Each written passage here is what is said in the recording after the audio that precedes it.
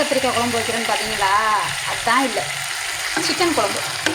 நம்ம ஊர்லேருந்து நாட்டு கத்திரிக்காய் ஆச்சி கொல்லையில் பறிச்சதாச்சு எண்ணெய் மாதிரி இருக்கும் அப்படின்னாரா, சரிப்பா கொடுங்க அப்படின்னு இதுக்கெல்லாம் வாங்கிட்டு வந்தோம்.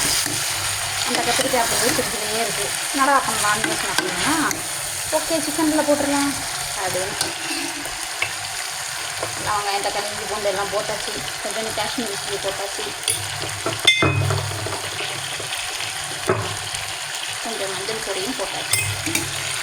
நல்லா கொஞ்சம் நேரம் மிக்ஸ் பண்ணி அடுத்தது சிக்கனை போட்டு மசாலா போட்டு விசில் வச்சுருவோம். ஏன்னா இங்கே உள்ள சிக்கன்லாம் வந்து குக்கரில் தான் வைக்கிறேன். அப்போ தான் நல்லாயிருக்கும், பஞ்சு மாதிரி.